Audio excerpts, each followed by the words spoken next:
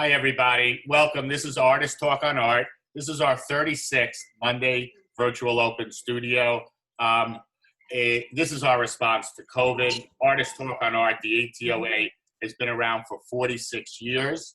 Usually our talks are down on the Lower West Side where we get together. We can't gather anymore, so we've been doing this. It has been a boon for us, people who can't come from different areas. We have Bobby Van in from Mexico. We've had people from Venice, Italy, from Indiana, and from all different spots. So it has worked very nicely.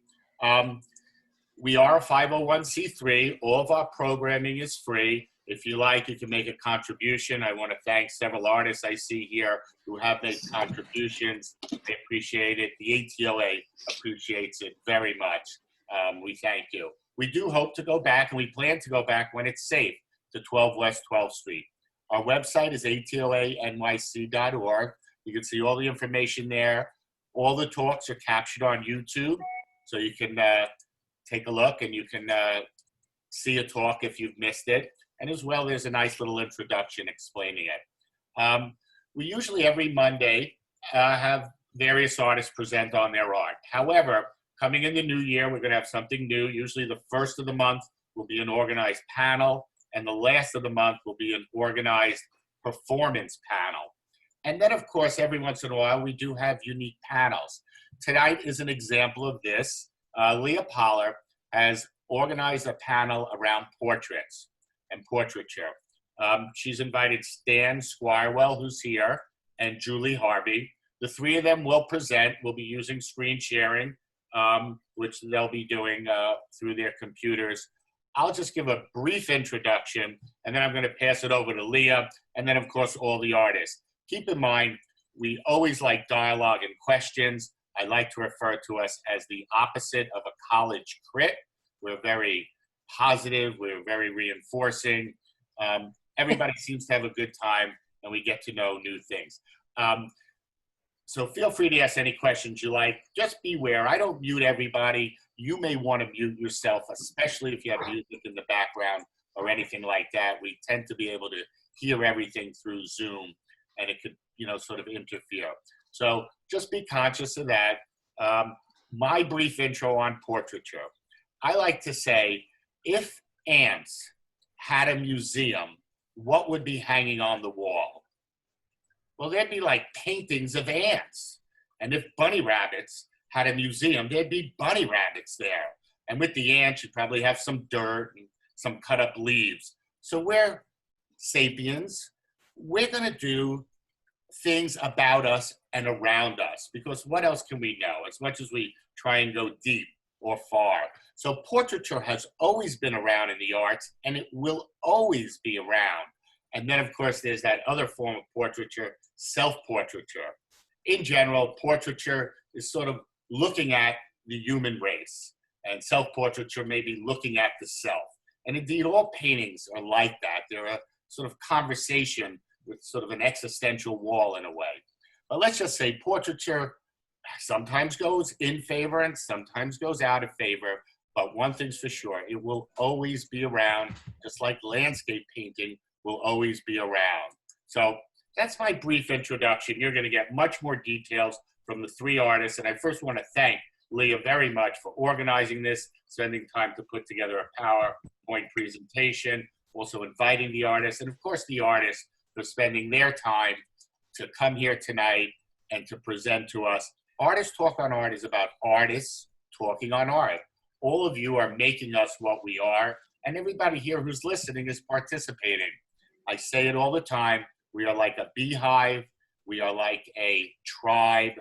We really have come together over these last 36 meetings. I welcome all the new people who are here, and it has been a great experience for me, and I think for just about everybody. Keep in mind, if you ever want to put together a panel, you have an idea, you'll see my email on the website. Send me an idea. I say yes to everything. It's a very simple formula. We're not about rejecting people. So whatever you want, whenever you want, we'll probably do it. So keep that in mind. Without further ado, although I do it a lot, Leah Poller. Thank you, Leah. Thank you for putting this together. Well, we'll do the applause afterwards for all of us, because you know that this is a collaborative effort and it just doesn't happen on its own. So I always say that the Bible told us something. It said the thought, the word, and the deed. Barry, through these wonderful Monday night date nights that I have with Artist Talk on Arts, planted the seed. And then I mentioned maybe there was something that interested me particularly, and I proposed it, and here we are tonight. Here comes the deed. I selected two artists, one whose work I know quite well, the other whose work I don't know at all. I didn't know even before the day before yesterday. We had never spoken. But I thought that the work would speak for itself. And since both of my artist colleagues are extremely accomplished, they've got resumes that would be painful to have to repeat to you. So I invite you to go online, Google them, look at their track record. It's amazing. They're open, they're willing to share. They're going to tell you how they made it this far. The real miracle for the three of us, I think, is that we did it with portraits. And as everybody who follows the art world knows, it's been about 40 years that figurative art has not been highly appreciated, well followed, and really almost didn't have an opportunity in the museum and gallery world. It's come back. It's made a comeback now, and I personally have some ideas of why, and we're going to ask our artist friends to share with us why they think it's making a comeback now. So let's begin. Barry, you want to give me a screen share? And I just want to let's say, apologize for doing this in the form of a PowerPoint. I personally am more comfortable having a real big, heavy crutch to lean on, and hopefully it will eliminate any of the technology glitches that happen when we do this. I will ask you to jump in at certain times as we do a presentation artist by artist. Feel free to stack up your questions. And if you can't hold one, then sure, blurt it out, okay? You should be able, Leah, to screen share now. The option's open. I think you just. Okay, so why am I not getting my desktop? Huh? We have Fran Beeler here, our expert. Okay. Hey, Leah. Yeah, I'm not getting my experts. Oh, here we go. You got it. Okay. Man, that was a good job. I like that. I just call your name out and it gets fixed. It's a miracle. Okay. Right. And now we take off. Okay, tonight, the three of us, Stan, Julie, and myself, we each work in very, very distinct ways. We're fascinated by the portrait. The big question is why. We'll ask that later. So Stan, he's been doing really great, has an enormous number of talents. You can see that he works as a painter, photographer, performance artist. He draws his inspiration from science fiction, jazz, storytelling. And I think in the last year, Stan, even from some of the interviews I've heard recently, a lot has shifted in your life. And, yeah, and you're now really mining a tremendous amount of history, personal history. I loved one of your comments where you were asked, who do you make your artwork for? And your answer was really simple. You said me. Yes. Right? Correct. So, okay. Julie. Julie is a painter. She has an incredible pedigree, lives in New York, has been well received, doing a number of really important projects, one of which she's in the midst of today. I would guess that maybe the Parsons School of Design is what led her to create these incredible backgrounds behind her portraits. And it's, as you can see, they're both Stan and myself and Julie, we really dig deep into the real of the person. So this is not expressionist portraiture, it's the real person that we're trying to capture. Okay. Me, that's my self-portrait, believe it or not. when I first started working in sculpture after being trained at the Beaux-Arts in Paris. There was nobody to pose for me, so I did myself. I changed a lot in the interim, I'm sure, right? My studies led me to work with models, drawing, live model drawing at the Beaux-Arts, and casting in bronze. I never left sculpture. I never left the figurative in all these years. It's been a very obstinate and very difficult path, especially casting in bronze, which is costly. Sculpture, hard to do in many, many ways. I'm so jealous. I hear some of my painter friends say they did 30 works this year. I'm lucky if I do 2 portraits a year because they take a really long time to do. Okay. So 3 different approaches, 3 different artists. Last year I read a book. I thought it was absolutely wonderful. If you have a pencil, you should jot down the name of it. The Age of Insight by Eric Kandel. Eric Kandel is a neuroscientist. The Age of Insight is a book divided into 2 sections. The first section deals with the coming of the creation of the role of the art critic, art criticism. And it took place in Vienna at a very unique time in history when a lot of the different disciplines merged. And then the second half of the book is all about the neuroscience of how we see and what we see. And there I did learn this. Faces are the most important category of object recognition. This is the brain. The brain is at work here. Face perception has evolved to occupy more space in the brain than any other figural representation. There is actually in your brain a specific part that is 100% dedicated to faces. So you might say that we're brain challenged because we're focusing on just one little part, but I think you'll see we have a broader view of things. Okay, so a question to throw out to my artists. When did you first begin to do portraits? Stan, you have an answer?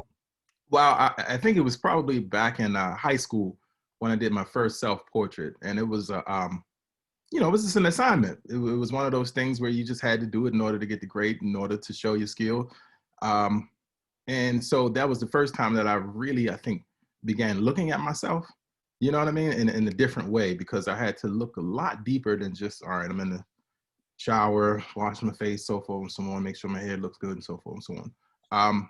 So I think my high school experience being in the arts was one of the first moments that brought the portrait to the forefront for me in my artistic practice.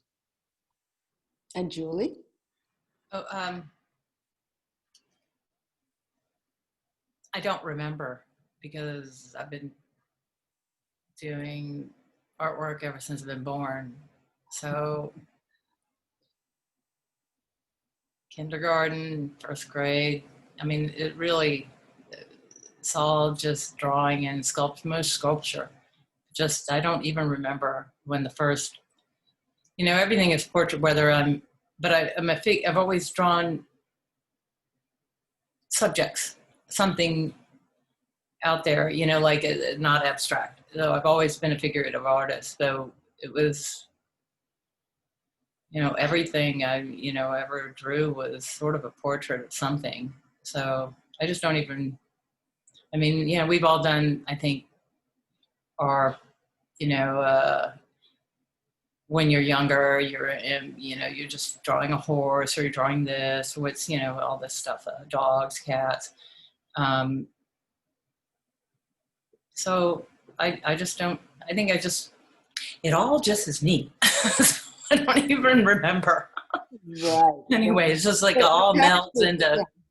It captured your attention, but then you stuck with it. You didn't drop it at some point. You kept going. Stan, did you have a conscious moment when the person, the subject, the portrait, just kept haunting your thoughts and came? You know what? I'm going to answer the next 2 questions, the why and the meaning to the work simultaneously.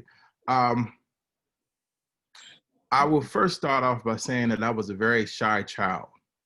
And I never wanted to take photographs of myself. I never wanted to be in anybody's pictures.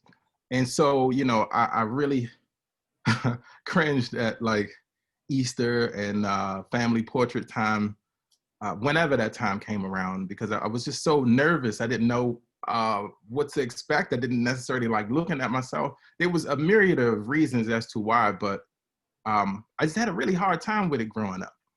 But in retrospect, I think the reason that the portrait is so predominant in my work now is because faces don't stay.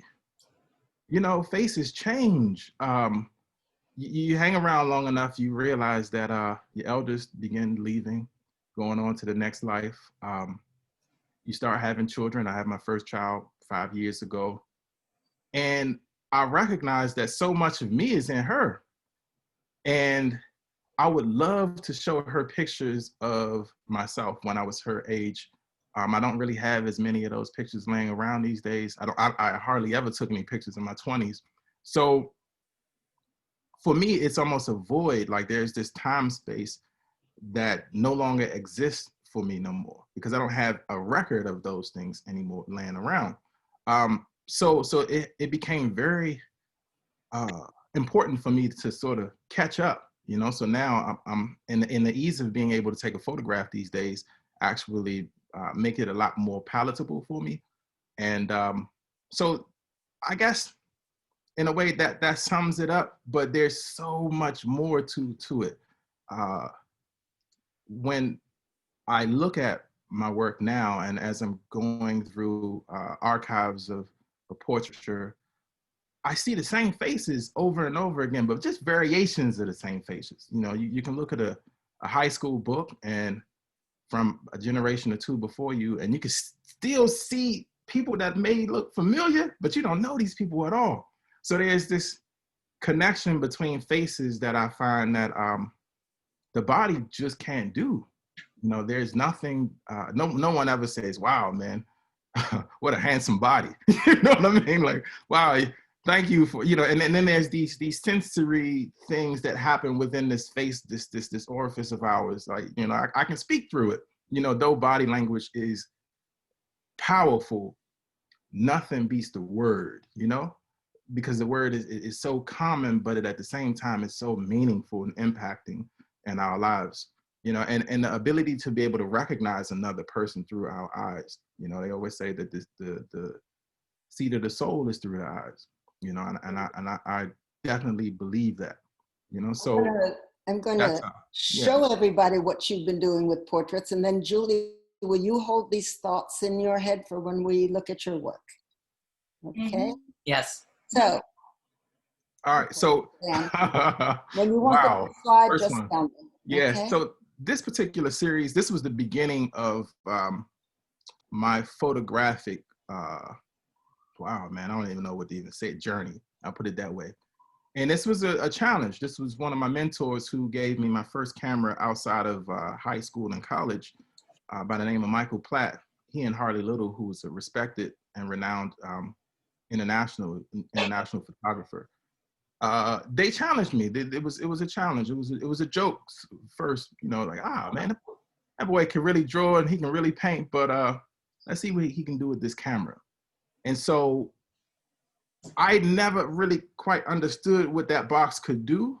You know, that mechanical eye could never really, because when I would look at photographs in the past, prior to that, you know, I couldn't identify my art or my creativity with that. But that challenge was, it came with a little bit more advice. And the advice that they both gave me, they said, approach the camera as if it was your paintbrushes. And then there was this eureka moment that happened. It was like, oh, okay, let me try that. And that helped to, wow, man, bridge that gap between my brushes and the camera. And I've been using it ever since. And I would say that the camera is the only thing that can actually keep up with all of the ideas that go through my mind. And so these series of works, the first piece that you saw was the carbon anomaly. And that was a exploration in what it meant to be Black, you know, because that was something that I really struggled with as a child, because I never quite understood why that term was coined on me. And I never really accepted it, because I look at a color Black, and my skin isn't necessarily that. I'm more of a copper penny color than than Black. But I dove real deep into that series, and I found that because I'm the cool nerd, and I've always been the cool nerd, that melanin is what makes my skin so dark, or this penny colored copper. And the value that I got from it, melanin, if you was to buy a pound of it right now, it costs over $220,000. It is 10 times the price of gold. Just, I've got like not quite a pound of it on my skin, but my skin, if it was on the market and someone could buy Black skin from a person, it would equate to around about $16,000, just my skin alone. And so I found that very fascinating, that this pigmentation has a huge value, you know? And so that dovetailed into this body of work called Algorithmic, where I was looking at computer code because I was a junior coder in elementary school. And I started seeing within kente cloth and all of these ancient indigenous glyphs around the world, things that resonated with me. And so as I'm wearing this kente cloth jacket right here, when I was growing up in the 80s, I used to play Atari video games. And I just I made the connection. I was like, oh my God, these shapes, these colors, like it reminded me of this one game that I used to play called Cosmic Ship, something like that. But like E.T., even though E.T. was a horrible Atari game, but Space Invaders and so forth and so on, I saw it. I saw the connection. And if you ever open up a computer, the motherboard and all of those interconnected chips and so forth and so on look just like this kente cloth. I see those same patterns there. And so I thought of my ancestors and those who was working in that as like psycho mystics. They were almost projecting what the future would be. And so this body of work came by way of that. Like everything is interconnected, everything from 1 to 2 to 3 to where I am today. And so how large, what's the size, the dimensions of your paintings? They vary. It depends. Like right now, what you see on the screen right now, the girl is a small piece. It's relatively, I think, around about 13 by 19, whereas the piece to the right of it is more close to 32 by 40. So, and then now I'm working life size. You know, I'm working life size, and since I've had experience with murals, you know, I've done, you know, beyond life scale. So, you know, it just depends. You know, scale doesn't necessarily come into my work until it's time for me to make something. Like I have no idea what size it's going to be. You know, I just make things. And so this particular series right here, this is where I am currently. I've been mining, wow, man, archives of Black folks from the 80s. I mean, I'm sorry, the 1800s to the early 1900s, and re-representing them in a way befitting to those faces who otherwise would go lost in time and space. And so this body of work is very much near and dear to me, because as I'm going through those archives, I see family members. I see myself in some of those images. And so right now I'm reworking them and creating my own narratives. Stan, And what is the technique you're using on the new work? So the work is, most of my work is either a mixture of painting and photography. This one right here is a lot more involved. I am fire and water is also a part of my the practice too. So everything that you see here has gone through a burning or purging, and then a baptism. So, and then it's mixed media basically. So, but I could not go any further without acknowledging the fact that the ritualistic aspect of my work, those two elements of fire and water, including air, because air actually, you know, that makes the Trinity for me in my work very special. So and what you see here is graphite, oil pastel, collage, acrylic, and some chalk pastel also. This too, same medium, similar process. And I'm having a lot of fun. I'll put it to you that way more than anything. And I think that's one of the roles as an artist, is to enjoy yourself as a creator, and but at the same time create something that is impactful. And you never know what's going to be impactful for anybody. You never know. But I feel like my role as an artist is to give the viewer a moment to forget themselves and to think about something else.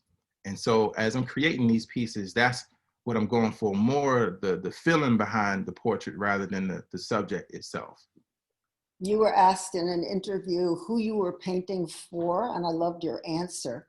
I do it for me. I do it for me. When I'm excited, the work is exciting, you know, and I just can't do it any other way.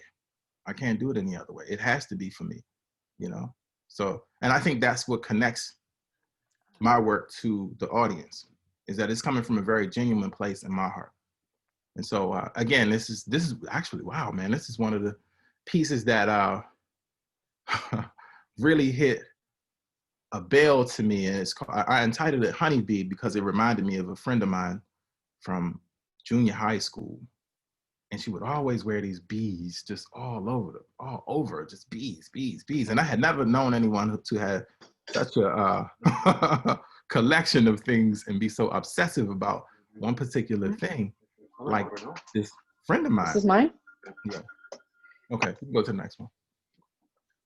All right, so now I'm moving from the portrait to, you know, fully representing the body now, which again is still a portrait, but that face has to be in there because the work just doesn't gel in the way or sink in the way that I wish for it to without the presence of the face, you know. But I am thinking about ways in which maybe I could create portraiture where that could be the point, where the absence of the face is what it is, you know.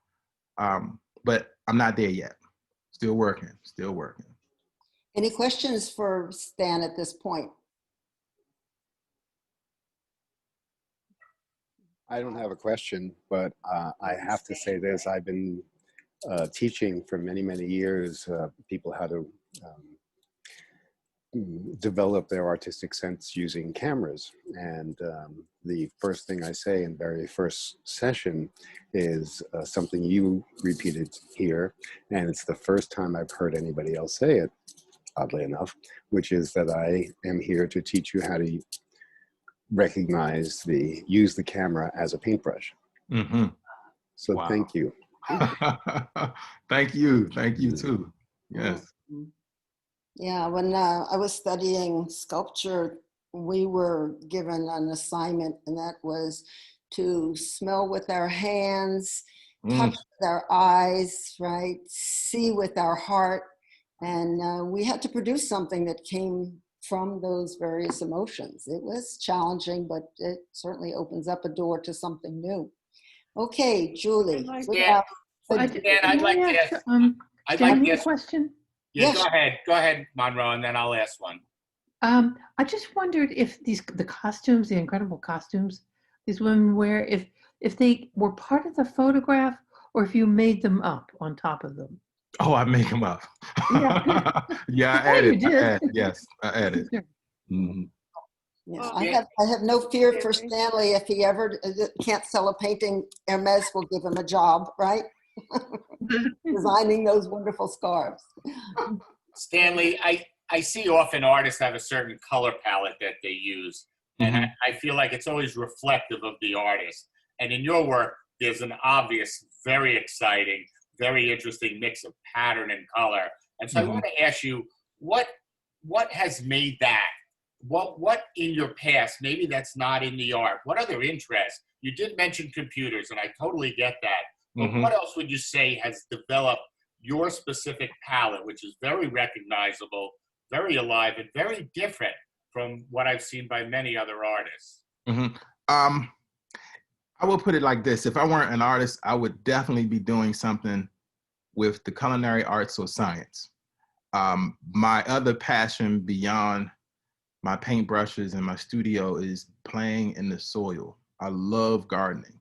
And so when I'm cooking, I'm looking for color. And so the color of a beet or turmeric, they're extremely rich and vibrant, and those things excite me. You know, the smell, the richness, the flavor, the bold colors of green foliage. It's exciting. I love to see right now, you know, well, fall is gone, but the transformation from a green leaf to a brown one is phenomenal. There's a rich, you know, with kente cloth, Stanley, I'm sure you know this, there's a rich tradition of how that was actually recording communication. That they were being very, and it was known that the wearing of the fabric would, you know, in fact, actually communicate, you know, large areas. It's sort of like drumming had the same process of communicating over large areas. So I'm just saying that to say that, did you, in your selection of any of the fabrics you used on these portraitures, were there any links to a particular history, or was it just kind of an internal warmth you had? Good question. Rather than, you know, because most peoples have a geographic location. Be they, you know, kente cloth, and that's not the same as, you know, the Ghananese cloths or other things. So that, and then when you get into the New World and the Caribbean, they're very, you know, it's very particular, you know, there's certain things that are known. So there's a wonderful collage effect you have, but I was wondering if you were just doing that to kind of merge that into your own feeling. Anyway, you know where I'm going. I know it. That's a loaded question, and I'm gonna try to make it as succinct as possible in my answer. The history of my people, Black people all over the world, and I cringe when I have to separate it, but that's just the time we're living in right now. To be bought and sold from one person to the next, I think was a travesty and something. There was a blight on humanity. But today, it is, we wear names that we don't own still. You know, when you hear a hip hop album or an artist speak about something of value, that name that's placed on that has significance. So though we are supposedly free people, and this applies to everyone around the world, it's not just Black folks here in the Americas, but what you see value in, who do you see value in, and how that value translates to self-worth and self-value is very important.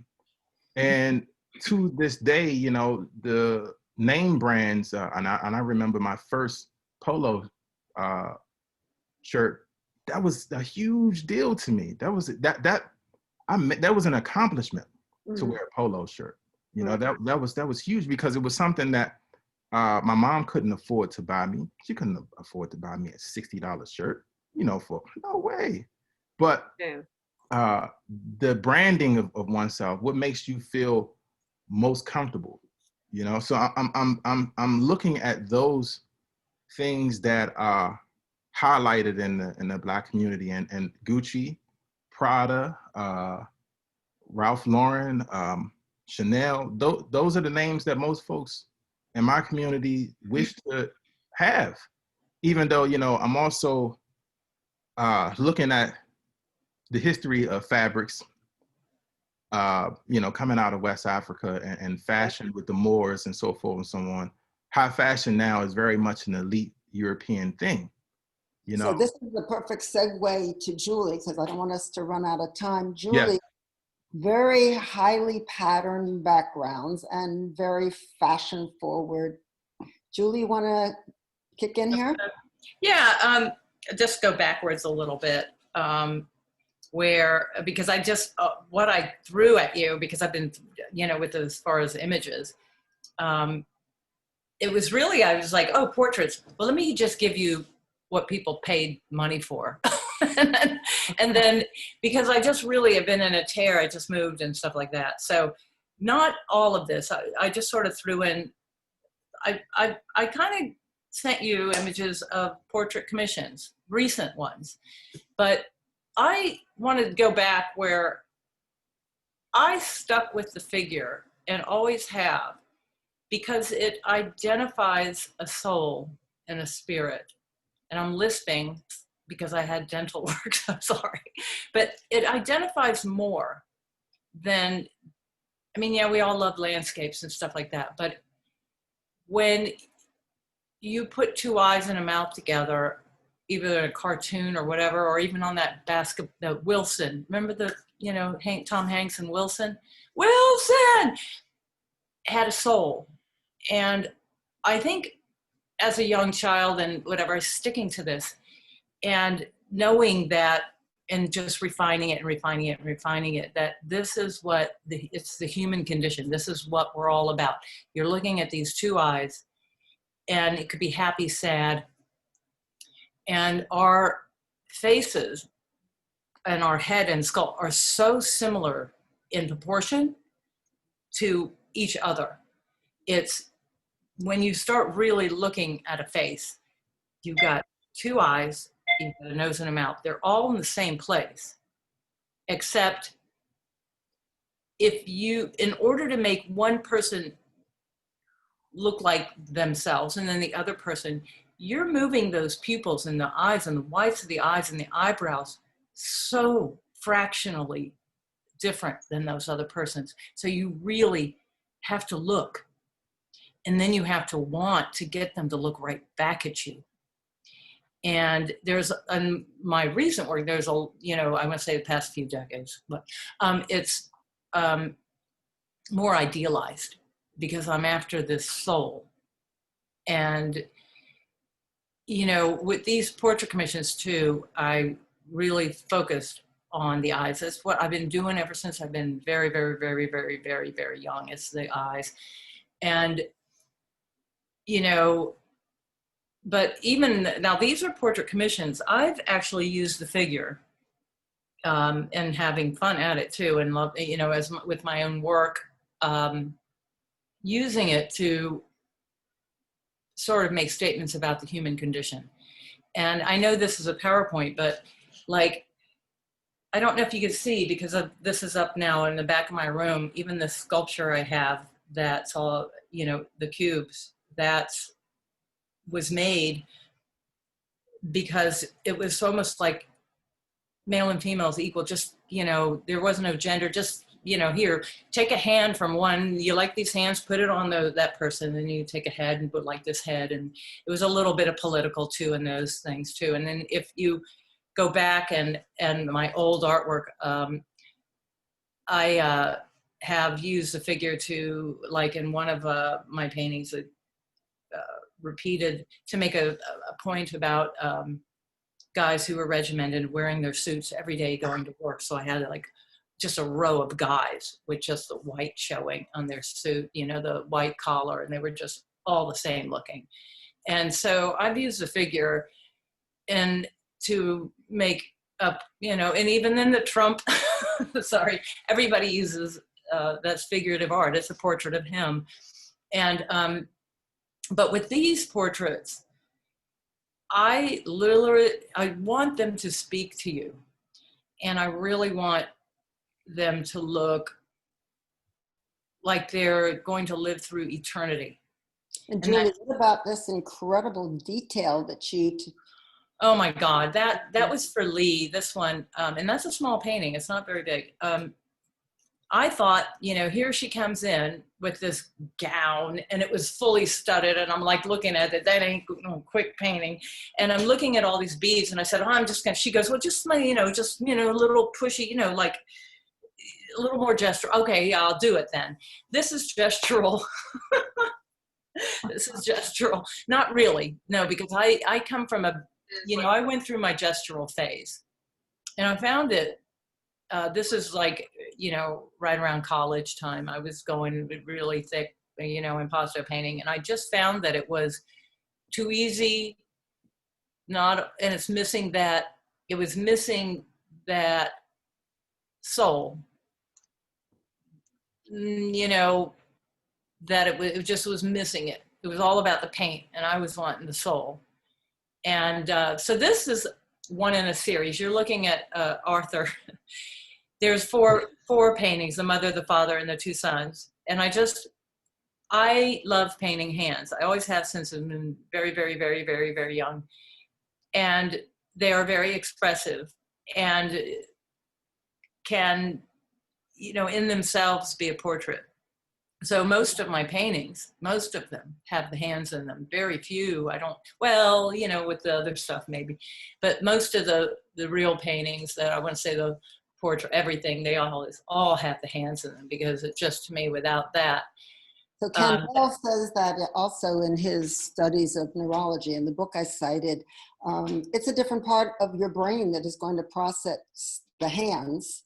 And the hands communicate all kinds of emotion and movement, which is a whole different neurological system. Oh, yeah. Mm-hmm. Like if you look at my hands, oh my God, no.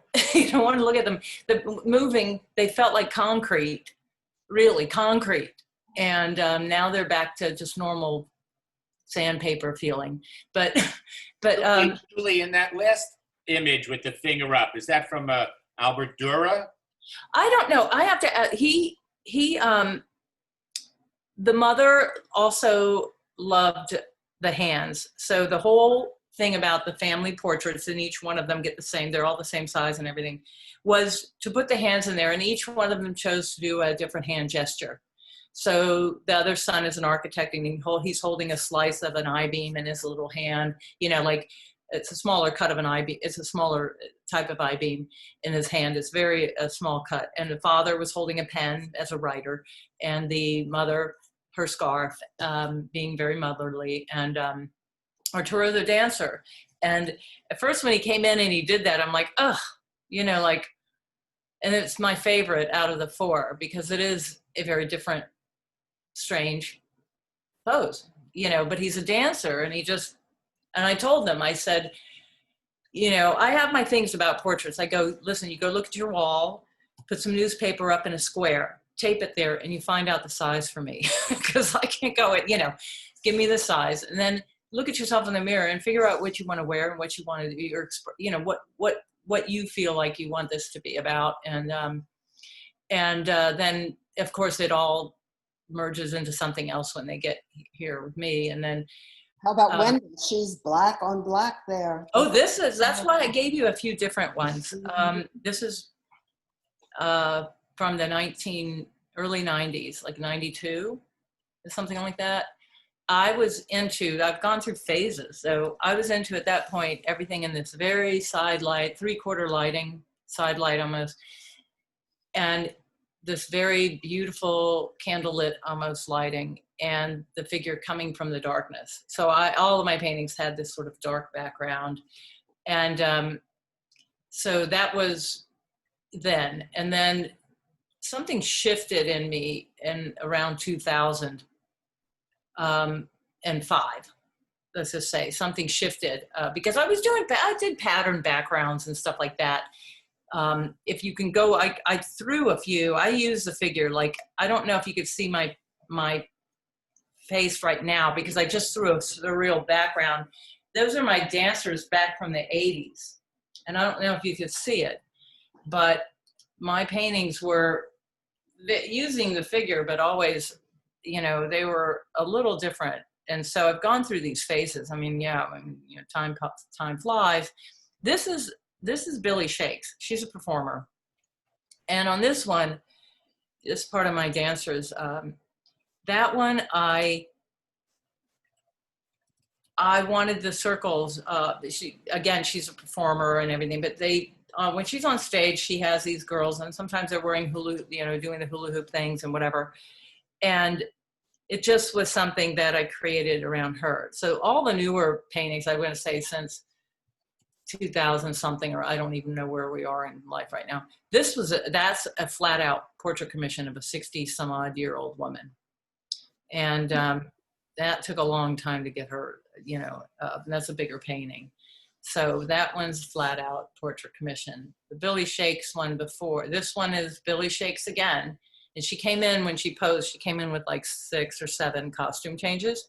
And I really hit gold with her, because her costumes were made by a girl that works on Lady Gaga. So they were very, very creative. And this jacket, when I saw it, I was like, oh my God, you know, and then it was just this whole vision of this thing, you know, became the peacock, and she's surrounded by the peacock, and she's just, so it's, yeah, that one. And that one, the background's painted with a mica paint, a gold mica. I hand ground that, so that when you move around it, it changes.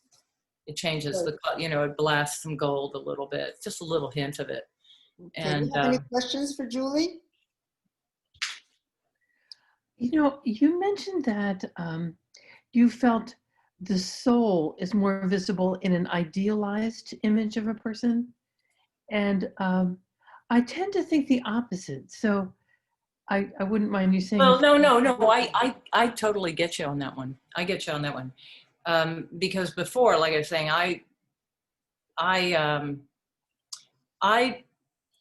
we are alive for a very long time in our life. And it depends on whether you're wanting to make a painting of a split second of a person's eternity. I was into that, you know, okay, I can paint them pretty exact.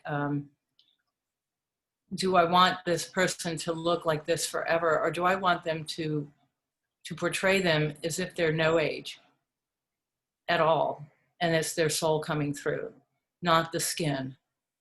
And so it was that was years ago. I just said, now I want them to look ageless, timeless, that you can put a broad time frame on exactly when they're, you know, in other words, you know, am I going to paint a 90-year-old with all the wrinkles and all the wrinkles and all the wrinkles, or do I want to just let it be a little bit broader of a time frame on that person? And so, and I've painted a couple that came in, they could barely stand. It was a commission portrait, and you know, it's hard because you've got a lot of wrinkles there. And, but I wanted to make it more timeless. So it's really about their soul, of their life. That's so interesting, the contrast between a photo, which is a split second that captures the information, a painting that can take days, weeks, months to do, that captures the mood. And then, as I say now with my sculpture, I'm going to be I went too fast on that one. It takes months and months and months. Yeah. Split second. That's when yeah. I made the decision to, you know, to have this more timeless feeling, it's because the works take a lot longer to make at a certain time. Instead of 3 hours in a day and I'm done with the painting, it's 4 months or something. And you start to realize that there's a resting point. The viewer is going to be looking, and the artist is looking at this painting for a very, very long time. And that there's a resting point on the time and the effort, and, you know, like, but not only that, it's the at easeness, that the person can sit and look at that thing forever without feeling uneasy, or, you know, but it's really, I'm spending more time on it.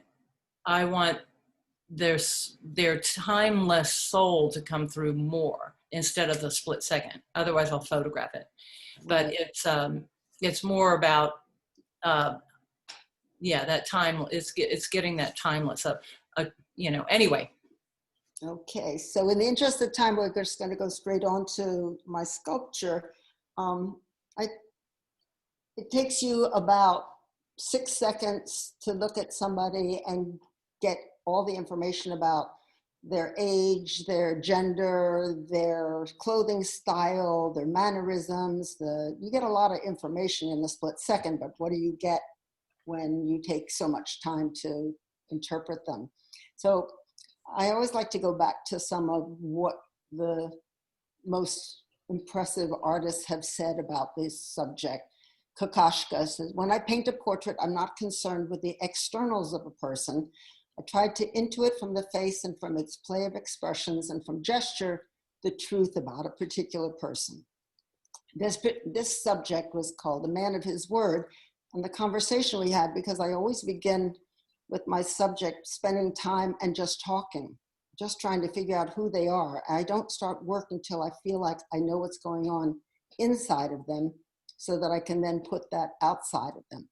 And the question we got up here was, what is a man worth? And so the answer that this gentleman came up with was, a man is worth the weight of his word.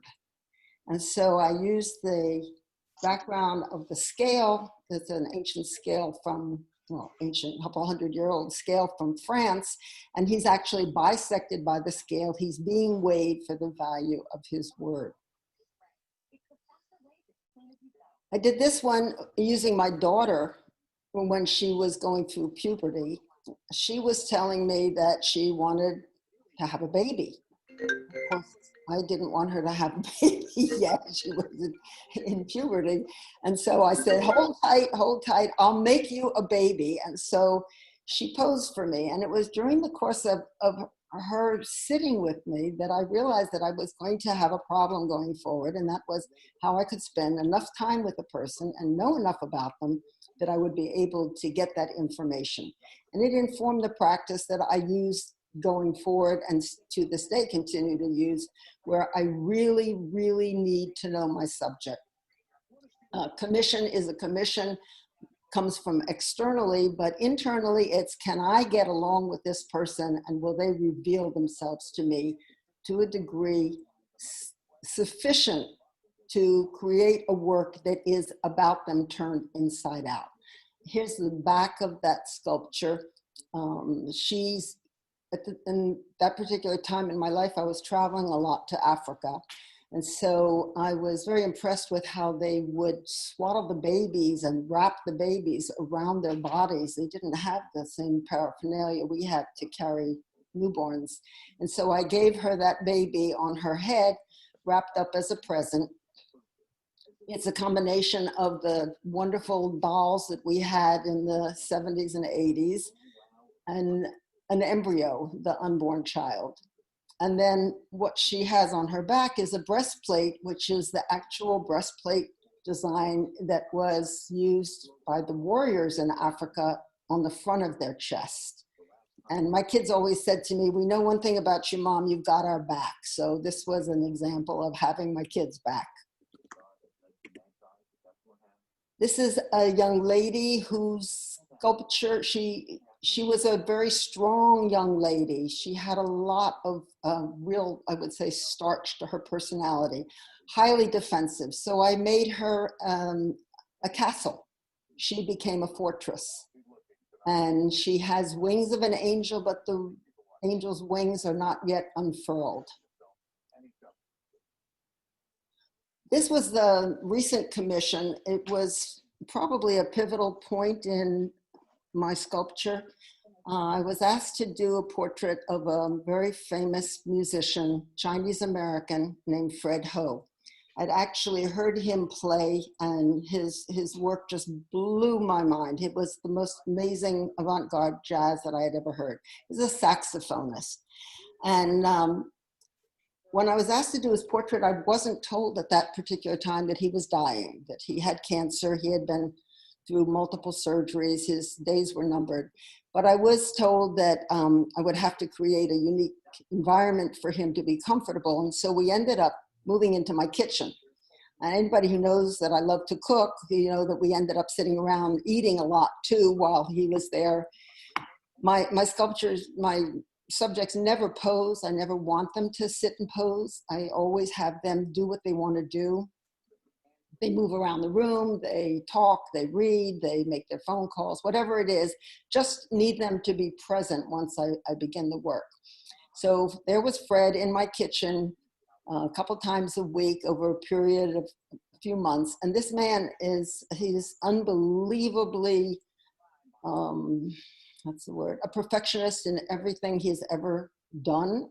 He was a playwright, author of 8 books, and social activist, magnificent saxophonist, prize winner in many, many categories.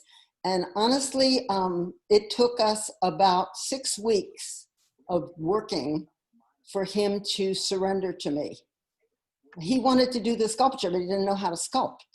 And so it was this ongoing battle. And finally, he just started to share with me everything that was on his heart and in his deepest self that he had never shared with anybody else. And you know how easy it is to do a musician, particularly a saxophonist with the great instrument and in that, terrific pose that the musicians take when they're blowing that horn. And with Fred, it was very different. He was he was the instrument. He was the music himself. And so his skin morphed into the saxophone keys. It's a perfect example of how the world is filled with wonderful gifts. I was at the time spending my Monday nights listening to jazz in Harlem at the Red Rooster, and there was a saxophonist, and one day he just handed me his saxophone and said, "Could you hold this? I'll be right back." And it was an exquisite instrument. When he came back, I said, "Where did you get this?" He said, "I made it."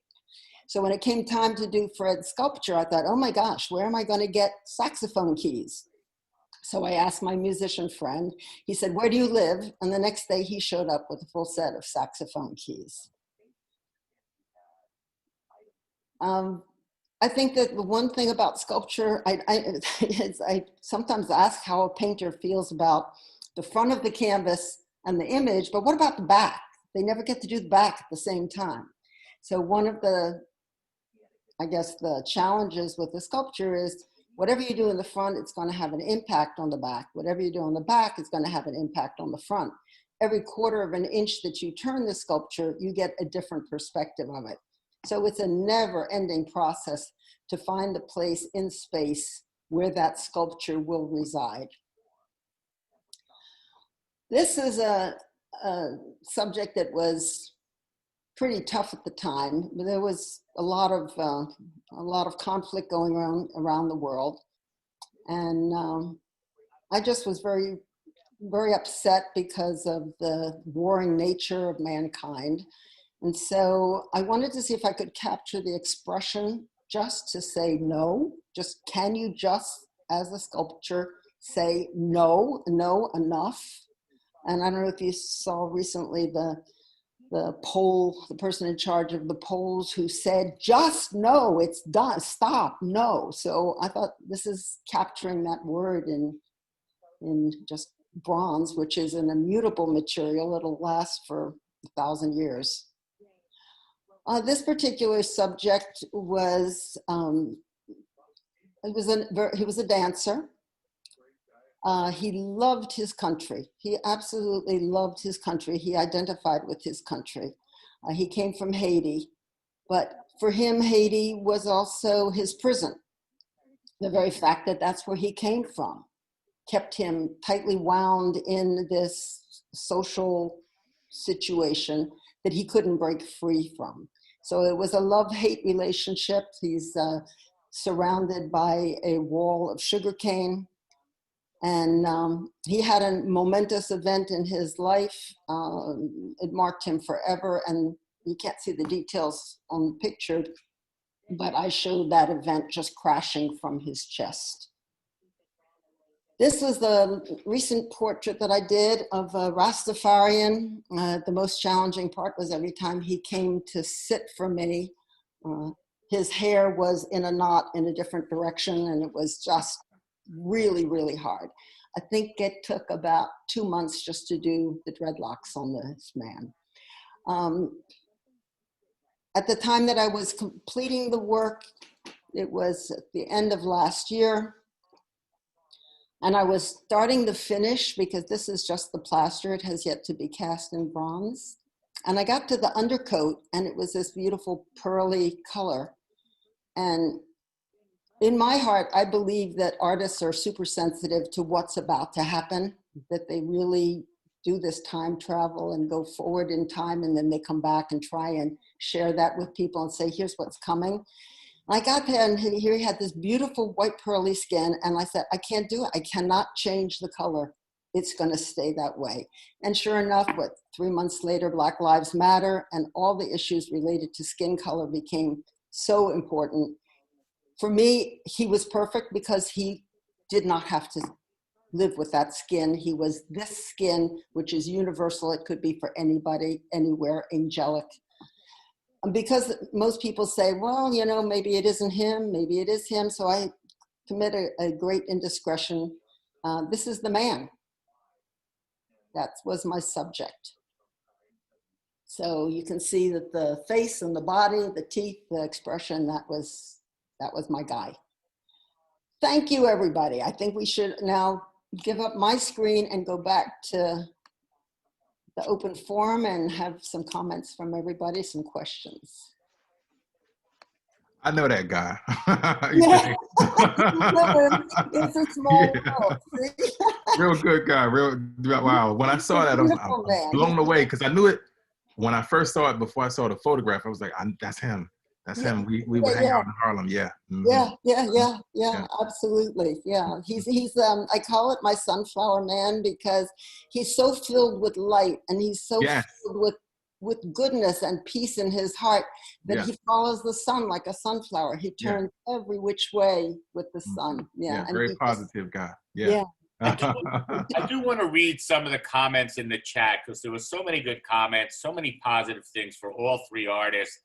Fran said it's fascinating to see three portrait artists working so differently and personally. And so even though you're all realists in ways, you all approach realism very differently. Regina Silver's great example of thoughtful approaches and very successful results. And thanks you, Leah, for bringing them together. Undine Groger is in love with the backs of your work, Leah. Likes them very much. Sandra Indig loves Leah's work and her process and thanks you. Just bear with me. It was both Robin, Ann, Sharon, and Eloisa and Fran were very impressed with Stan's work. Roberta, Stan, I love your work. Very powerful. Roberta Bernardi is a member of the board, as is Fran Beeler of the ATOA. Just bear with me as I scroll through.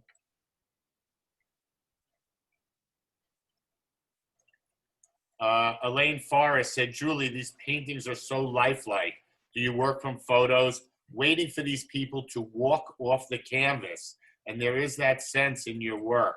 Do you work from photos, Julie?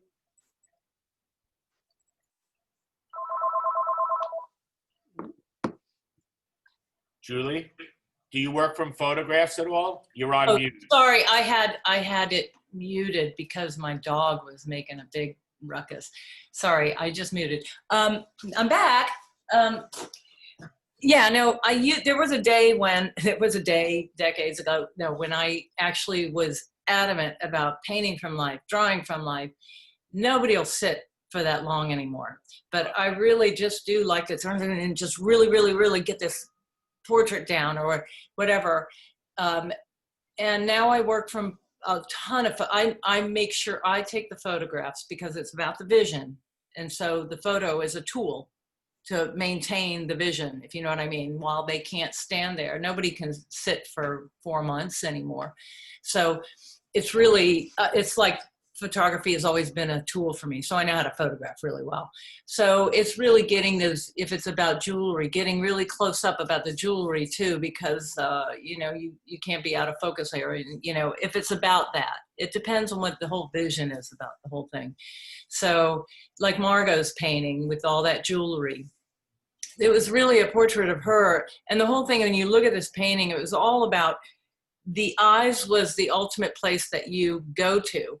And then you fall everywhere else with all this jewelry. She's a jewelry designer. And it was really, the portrait was her motifs that she uses and the jewel, everything. And that was a painstaking and very aggravating painting to do, because I started it from a darker background and I'm painting layers of white on it, layers and white on it, layers and white, because that was the whole vision. And it just to get it.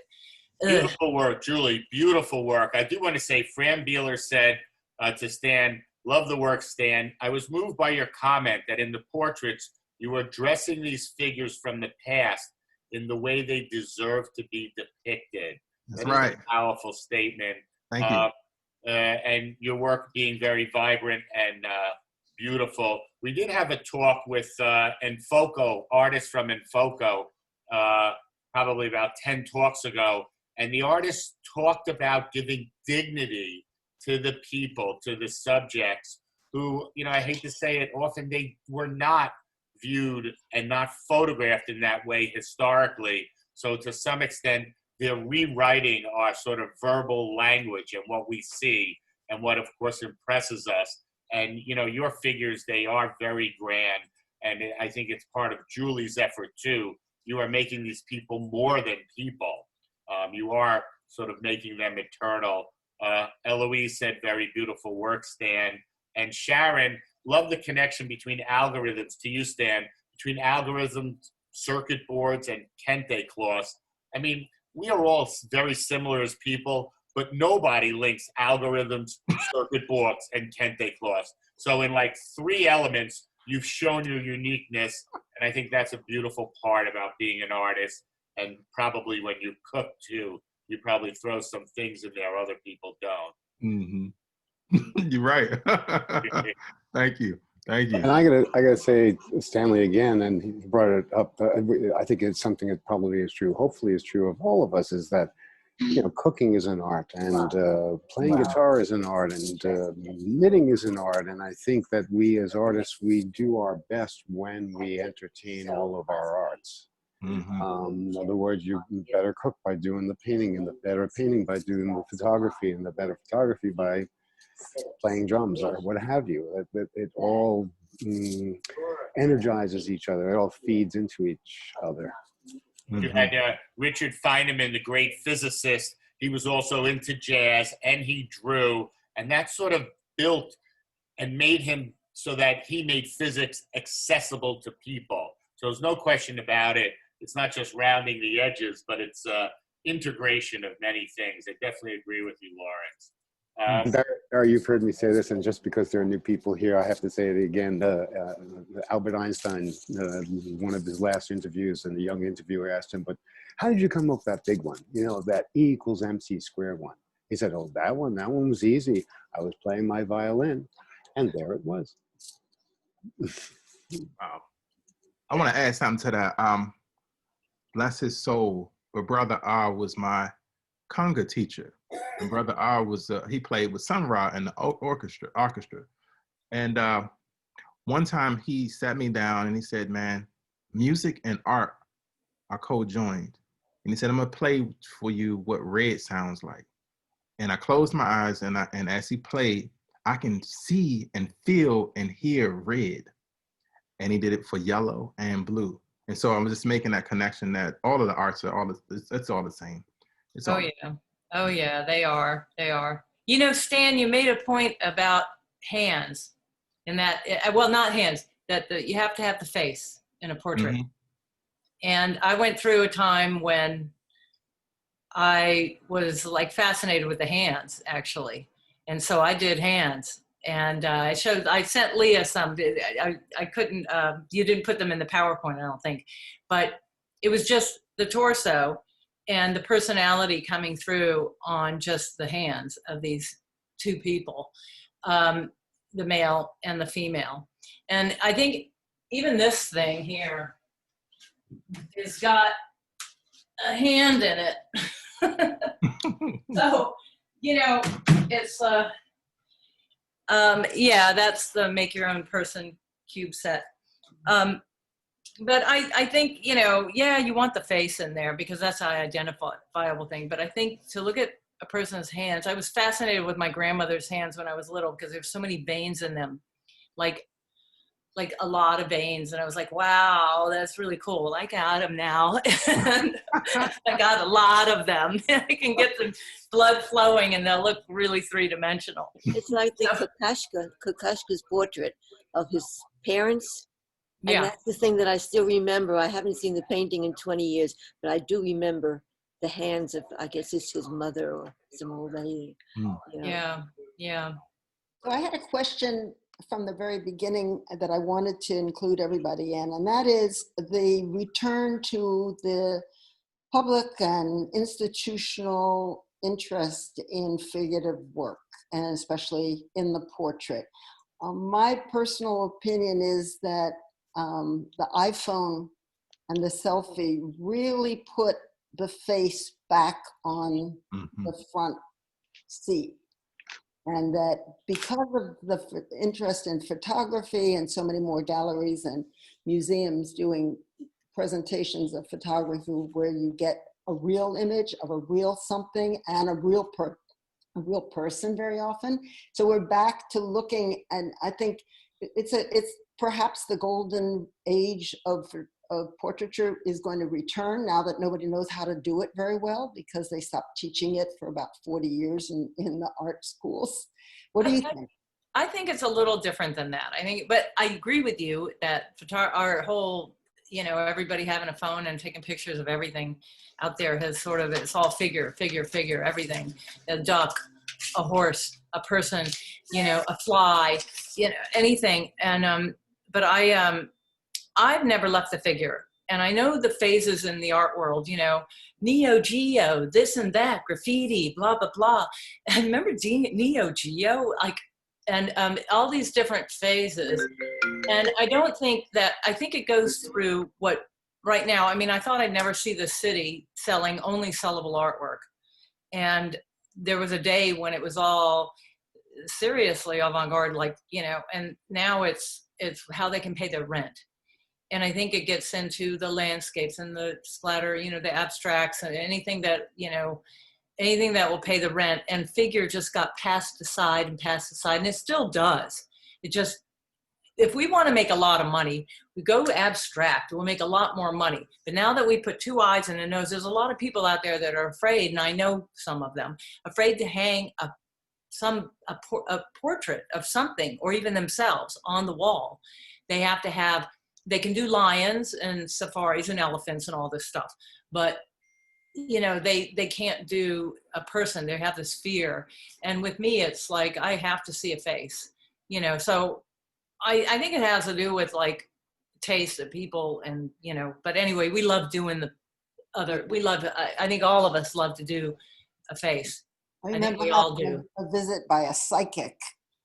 And yeah, and it was a very strange visit to say the least. And they said, "Do you live here alone?" And I said, "Yeah, actually I do." And they said, No, there are a lot of people here." And of course I was referring to the sculptures that they were all these people in, and I feel that even during COVID, my house is filled with people.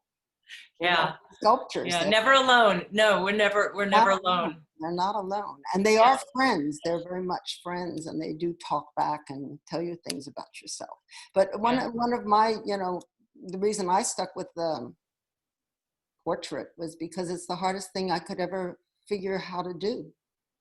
I tried all kinds of other things. Abstract lasted about 2 weeks, and conceptual was about 3.5, and I did all these other things, and I said, I bore too easily. I have to do something that is really hard. And the hard part, which I think is what Julie and Stan both referred to, is how do you capture somebody's soul? And just recently somebody was saying to me, "Oh, so you make portraits?" And I wanted to answer, no, I don't make portraits. I make soul catchers. It's just designed to catch the soul. And like a dream catcher, but a soul catcher. It's a soul catcher. It just looks like a person, but it's really a soul catcher. And if you can stand in front of it and your own soul gets moved by it, then I caught you. Yeah. Right?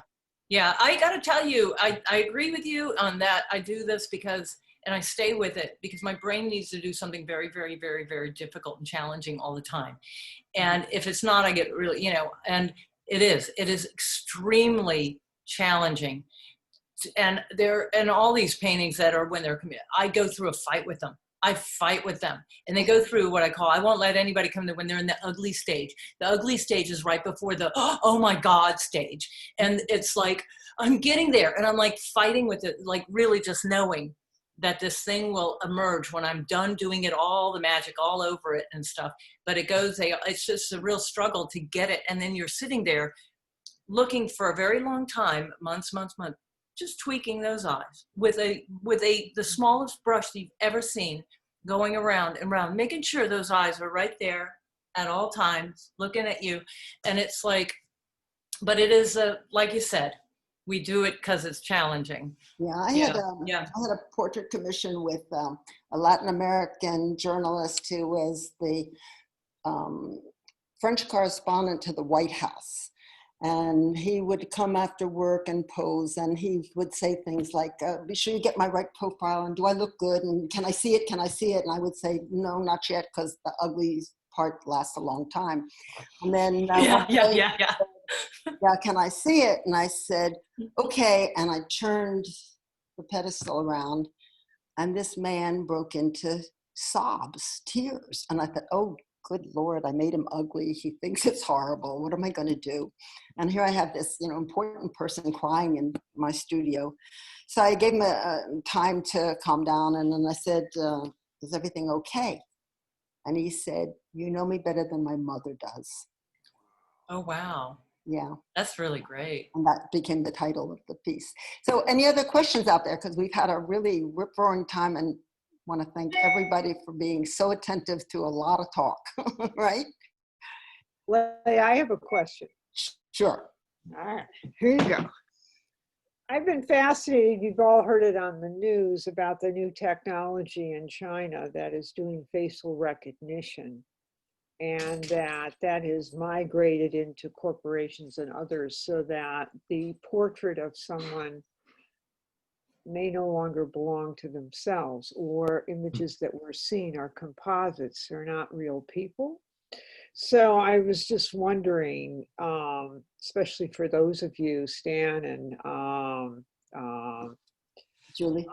Yeah, Judy, who use portraiture, have you thought about what is the difference between photography's portrait and I draw, so I can draw a beautiful portrait of anyone. So I understand that there's a slight shift. So I wanted to know if any of you could speak to that shift between reality and the world of photography. Well, we had a really good example. We had the portrait that I did, the last image of the Rastafarian. We had his picture, which says that's who the man is, and you recognize it. And then we have Stan, who says, I know him, right? Yeah. So, but the one of the things we learned at the Beaux-Arts is that you could do a face mask of a dead person and it would not be the person. You wouldn't recognize him. So when you do, at least when I do a portrait, there's this real interesting juggle that's constant of how to make that face never be still. That's why I don't have anybody pose. Not be still, because none of us are still. Our faces twitch and move and change form and shape every 2 seconds, right? Your eyelids bat 60 times a minute, right? Something like that. So as facial recognition, sure, you could use them to recognize somebody, but I don't think it'll get you into knowing the person. And that's the other side of, I think, the challenge. How do you make a person known to themselves in a way? That's why when you have a portrait of yourself done, it's not like looking in the mirror at all. Anybody want to come in, Stan, maybe? I agree with you on this. Facial recognition is just, it's recognizing that little change from you and me that we have in our eyes and whatever.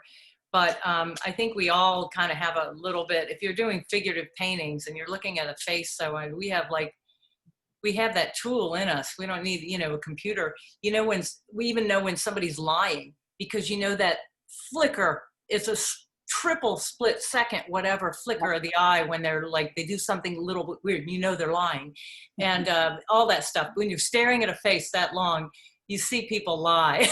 That's really, but yeah, I think,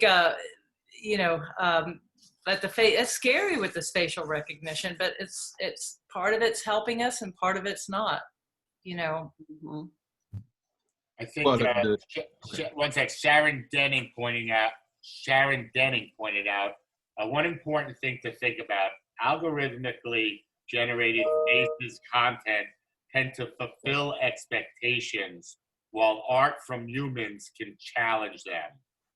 That's an interesting thought. Have you guys, has anybody seen the stand-up comedian, I forget her name, and she's got a show on Netflix called Douglas? Have you seen her?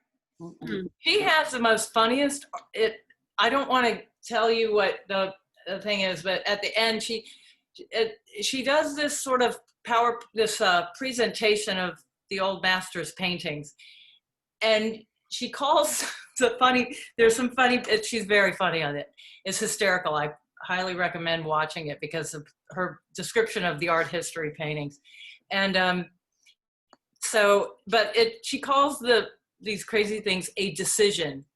And I think, where the artist made these things happen, she goes, that's a decision. Like the artist had to really say, I'm going to do this. Whereas I think a photograph is not, because there are different types of photography, but a lot of the ones out there, journalism and stuff, is snapping that shot that's not a decision. It just happens. They come along and then there's this beautiful thing and they're like, oh, I got to take a picture of that. Or something. But I think as artists, we decide what goes where. But I gotta tell you, if you want to go, it's a crazy power. She does this presentation. The thing is called Douglas on Netflix. If it's still there, it's stand up. Stan, Anyway. you wanted to say something, Stanley? I kind of lost my point for, but I wanted to just go back for a second with the statement about abstraction and portraiture or realism. I've never seen them as different, because even though I might be working from photography or drawing something in a realistic way, it's never the real thing. It's always an abstraction of it. And so, but to the last question, the facial recognition software blows my mind. It literally makes again, one of those cool nerd things that fascinates me, is that a computer can recognize the valleys and make a map of our face and recognize us through the geometry of our faces. That's incredibly ingenious, horrifying, and everything in between, So just wanted to say that for a second. I'll scare you a little bit further. An old boyfriend of mine, he's my best friend. Now he got paid $600 to be part of this test recently in Long Island. And I was like, it was all about, they wanted Italian Americans and only Italians Americans. I was like, what'd they make you do? Well, they made us put a hat on and then look to the left and look to the right. Then they made us do a mask on, look to the left, look to the right, look up. And he finally figured out that it was a team to figure out they're actually working on the eyes, eye recognition. Ooh, scary stuff. So it's software. Yeah, it's. Yeah. I do want to read from the chat. Alicet Torres points out that a photographer is always making a decision. Otherwise, we would be a lens or a photocopier. And photographers, she goes on to say, photographers are making a million choices in 1 second, quantifying light, texture, composition, even a street photographer, even reportage, and people who shoot for. Yeah, that's done in a split second. I got to tell you, in 9/11, here, I'm right at the face of this disaster, and I got my camera. I've done a lot of stuff in this city, so I've got my camera. I'm right at the thing, and what am I doing? I'm cropping the shot with my brain in a split second to get the cop perfectly in the plumes of smoke and the whole thing. But you're so right. It happens in a split second. You're like, you know.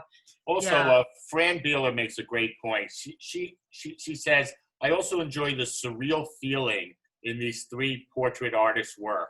They go beyond the real with elements of pattern, symbolism, and transformation. Certainly in your work, Leah, there's a strong surrealist element. It's obvious maybe the object that was on somebody's head. But your backgrounds, Julie, also put a jarring element into the equation there. And Stanley, it's your sort of mixed pattern that sort of, you're all tweaking realism. You're all searching for the soul, for something deeper. I want to wrap it up and just say, you know, thank you to Leah and to all three artists. You did a great job. This was a deep dive into portraiture, claps and snaps. We can Thank you, Leah. Thank you. Thank you. Thank you. You and you're a great audience, to say the least. Thank you, Barry. It's a wonderful forum. I hope to be with you on the 40th anniversary as well. And happy holiday to everybody, and stay tough, stay strong during this difficult time we're going through. I just want to mention two other points. First off, you all mentioned how the importance of seeing the face, the eyes, the nose, the mouth. Let's face it, here we can see that. You walk on the street, people are wearing masks. Where, you know, it's very jarring not to see a mouth. And then I had my son say to me yesterday, are you smiling? He was joking, but you actually almost can't see that. So I'm not surprised what you said, Julie, that they're looking for eyes moving and trying to get a lot of information. But the eye recognition. So they're getting it down that refined. They don't need the rest of their, you know. But I want to Barry, I've noticed almost the opposite, that how people always recognize me when I'm wearing my face mask, and I recognize them. So I think the recognition has to do with a total effect. You know, covering 2/3 of the face has not interfered with recognizing people. Yeah, it's the posture, your height, your hair color, your scent. To blind people, your scent. You know, it's. Well, thank you all. This was obviously different opinions, which is really what it's about. It's about dialogue, accepting thoughts. I always learn when somebody says something else. Thank you for sharing that, Peg. I do want to point out Flash, one of the founding members of the ATOA and a longtime videographer. He had passed away recently. This would have been his birthday. One of the artists who was here tonight wanted me to mention that. And he was an important part of the ATOA flashlight. We do have his memorial Zoom on our website. This talk will be on our website under YouTube. This was a great gathering. Thank you so much to all the artists. Again, we're a 501c3. If you want to contribute, you can see our information on the web. You contribute by being here. We are not artists talking on art unless you artists are here and you artists are engaging. And I think we all grow together as a community. So I thank every one of you who came. Again, thanks so much. Leah, couldn't thank you enough. Brilliant job by all of you. And join us again next Monday. If you ever want to present or you ever want to organize a theme, just reach out to me. Thank you so much. And everybody stay healthy. Merry Christmas. Happy Hanukkah and everything. Happy New Year. Happy New Year. Happy holidays. Yeah.